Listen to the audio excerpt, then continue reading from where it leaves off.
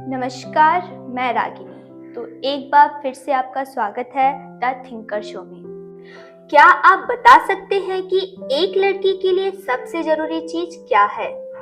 अगर वो बहुत इंटेलिजेंट हो या पढ़ाई लिखाई में अव्वल हो या कई कलाओं में पारंगत हो या हर वो काम कर सकती हो जो इस समाज में पुरुष कर सकते हो, तो भी उसके लिए सबसे जरूरी चीज क्या है?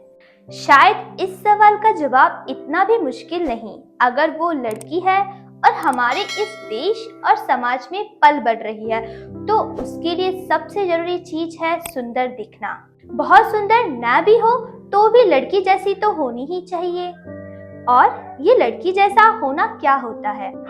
बात सिर्फ शारीरिक संरचना की नहीं है। लड़की होने के कुछ तयशुदा पैमाने हैं और हर लड़की को उस पैमाने पर फिट होना पड़ता है, वरना आपके साथ वही होगा जो प्राची निगम के साथ हुआ। उत्तर प्रदेश माध्यमिक शिक्षा बोर्ड की ओर से 10वीं और 12वीं कक्षा के रिजल्ट जारी किए गए, जिसके बाद से एक और जहां टॉपर्स को बधाइयां दी जा रही हैं, वहीं समाज दूसरी ओर एक छात्रा के बुद्धिमत्ता को दरकिनार कर उसके चेहरे पर सवाल खड़ा करता नजर आ रहा है। दरअसल मैं बात कर रही हूँ यूपी बोर्ड के 10वीं कक्षा की टॉपर प्राची निगम की, जिन्होंने परीक्षा में सर्वोच्च अंक प्राप्त करके अपने माता पिता को तो बहुत गौरवान्वित किया है। बता दें, प्राची ने 98.50% के उत्कृष्ट स्कोर के साथ 600 में से 591 अंक प्राप्त किए हैं। यूपी बोर्ड की रिजल्ट आते ही मीडिया और सोशल मीडिया पर तेजी से टॉपर्स की तस्वीरें और इंटरव्यू के वीडियो आदि वायरल होने लगे। इस बीच 10वीं की टॉपर प्राची के चेहरे पर कुछ बाल नजर आ रहे थे, जिसे देखकर लोगों ने उसे अपना निशाना बना दिया। लोगों ने प्राची की काबिलियत और योग्यता को नजरअंदाज कर उनके चेहरे पर दिख रहे बालों को लेकर मजाक उड़ाना शुरू कर दिया। असल में यह समाज की बहुत बड़ी हार है, जहां लोगों को सिर्फ दिखावा और खूबसूरती से मतलब है। किसी के टैलेंट और अचीवमेंट से शायद इस समाज को कोई मतलब ही नहीं है। जो लड़की अब तक सबसे ज्यादा नंबर पाने वाली स्टेट की टॉपर थी, अब वह अचानक ही सोशल मीडिया ट्रोल्स का शिकार हो रही थी।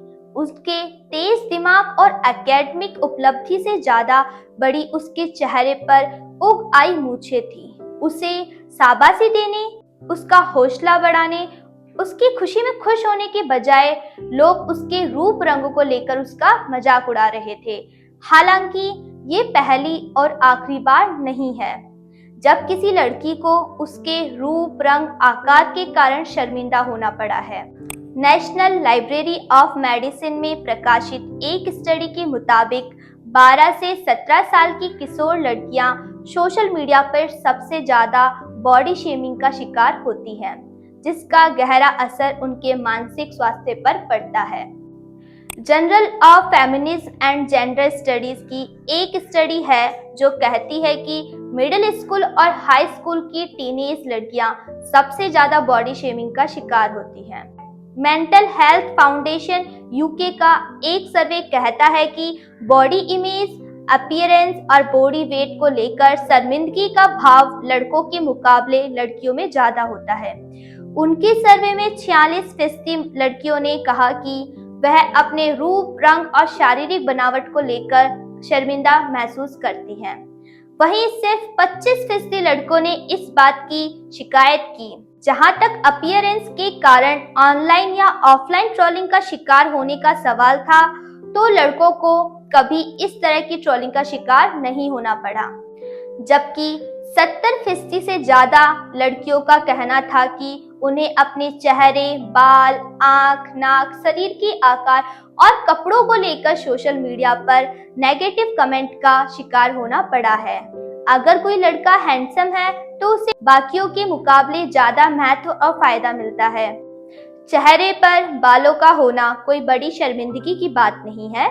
जैसे समाज में माहौल बना हुआ है, ये किसी के साथ भी हो सकता है। चेहरे पर अधिक बालों का होना एक हार्मोनल इफेक्ट है, जो किसी में कम तो किसी में थोड़ा ज्यादा होता है।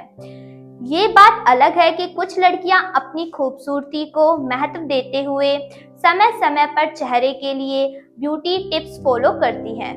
वहीं कुछ लड़कियां अपनी पढ़ाई और अचीवमेंट्स को ही अपनी खूबसूरती मानती हैं। इसी तरह टॉपर प्राची भी है, जो अपना ज्यादा से ज्यादा समय अपनी पढ़ाई और मेहनत को देती है, पर इसका मतलब ये बिल्कुल भी नहीं कि समाज उन्हें इस हद तक परेशान करे। लोगों की मानसिकता ऐसे ही गढ़ी गई है कि एक लड़की के लिए उसका सबसे कीमती गहना उसका रूप रंग है। बुढ़ापे का डर, कुरूपता का डर, मोटापे का डर, सुंदर और आकर्षक न दिखने का डर सबसे ज्यादा औरतों को ही दिखाया जाता है। सुंदर न होने पर सोशल मीडिया ट्रोलिंग का शिकार लड़कियां ही होती हैं।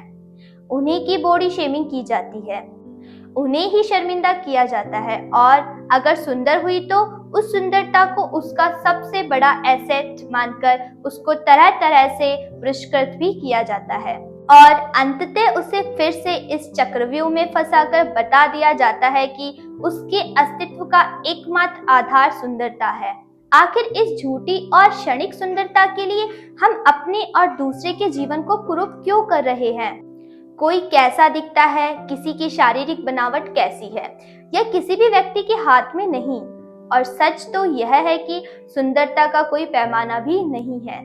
इसलिए हम जैसे भी हैं सुंदर हैं। यह आत्मविश्वास अगर होगा तो हम खुद ही नहीं बल्कि हमारा जीवन भी सुंदर हो जाएगा।